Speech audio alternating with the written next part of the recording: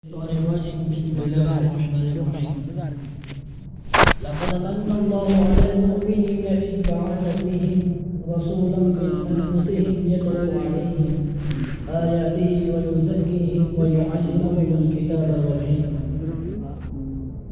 میرے قابل احترام اساتذہ کرام اور میرے ہم مکتب ساتھیوں، آج میں بر صغیر میں علوم اہل حدیث کی تفصیلی خدمات کے موضوع پر گفتگو کرنا چاہتا ہوں۔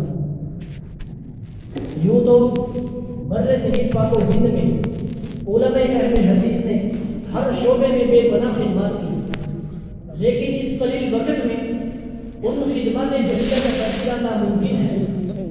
ویسے بھی میرا موضوع سخن تفصیلی خدمات ہے، تو عرض ہے بحمد اللہ تعالی علماء اہل حدیث میدان تفسیر میں بھی کسی سے پیچھے نہیں، اور اپنے بلا قدر خدمات سے اس میدان میں بھی اپنا لوہا منوا چکے ہیں اور ایسے مفید علمی تفاصیل پیش کر چکے ہیں جو ہر مرتبہ فکر میں شرف قبولیت کا اعزاز رکھتی ہیں۔ علماء کرام نے مفسرین کو چند طبقات میں تقسیم کیا ہے۔ علامہ جلال الدین سیوطی رحمہ اللہ نے اپنے عہد تک 8 طبقات قائم کیے، اور اس کے بعد علامہ صاحب نے 9ویں صدی ہجری سے لے کر 14ویں صدی ہجری تک طبقہ نہم کو وسعت دی ہے، اور اسی طبقہ میں ہمارے علماء کا شمار ہوتا ہے۔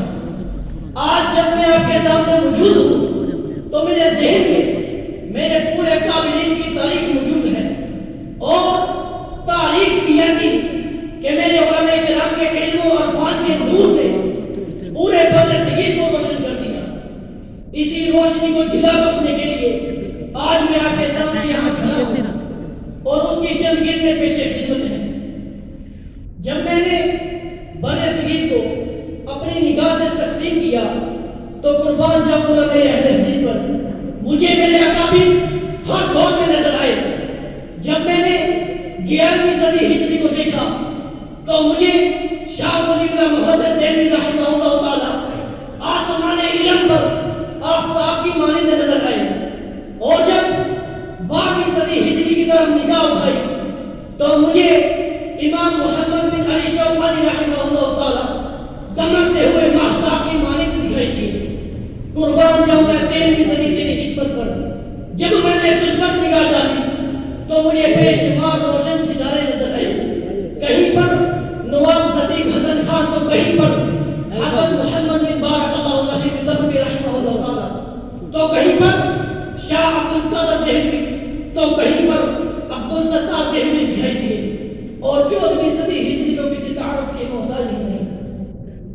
میری تقسیم کا دوسرا پہلو، جب میں نے بر صغیر کو علاقائی اعتبار سے دیکھا تو مشہور زمانہ شہر دلی سے مجھے شاہ عبد العزیز دہلوی اور سید احمد حسن دہلوی دکھائی دیے۔ امرتسر کو دیکھا تو مجھے مناظر اسلام مولانا ثناء اللہ عمر قصری دکھائی دیے، اور جب سیالکوٹ کی سرزمین کی طرف نگاہ اٹھائی تو مجھے مولانا میر ابراہیم سیالکوٹی نظر آتے ہیں، اور اس کے پہلو میں گجرانوالہ کو دیکھوں تو عبد الرحمن کلانی نظر آتے ہیں، اور جب میں نے لاہور کی طرف نگاہ اٹھائی تو مجھے دور حاضر کی مسلمان ہستی حافظ صلاح الدین یوسف دکھائی دیے۔ گلو لالہ کے اس چمن میں اگر حافظ عبدالسلام بن محمد حافظ اللہ کا نام شامل نہ کروں تو اس مضمون سے انصاف نہ ہوگا۔ زاویہ نگاہ میں تقسیم کا تیسرا پہلو یوں مبرر سامنے آتا ہے۔ علماء اہل حدیث نے ہر زبان میں علم کے موقف ہوئے ہیں۔ عربی زبان کو دیکھو، نیل المرام، فتح البیان، تفسیر القرآن بکلام الرحمن جیسی تفاسیر عربی زبان میں موجود ہیں۔ تفسیر عزیزی، فتح الرحمن اور الفوز الکبیر فارسی زبان کا احاطہ کیے ہوئے ہیں۔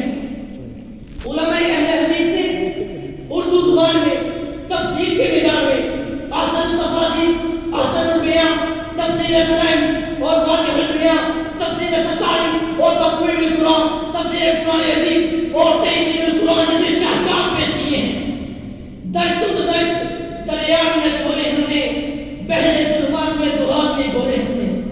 کے وطن پر نظر تو نظر رہی کسر نہ چھوڑی ہم نے، نظر تو نظر رہی کسر نہ چھوڑی ہم نے، پنجابی دعاؤں کو تفسیر منظوم نہیں چھوڑی ہم نے۔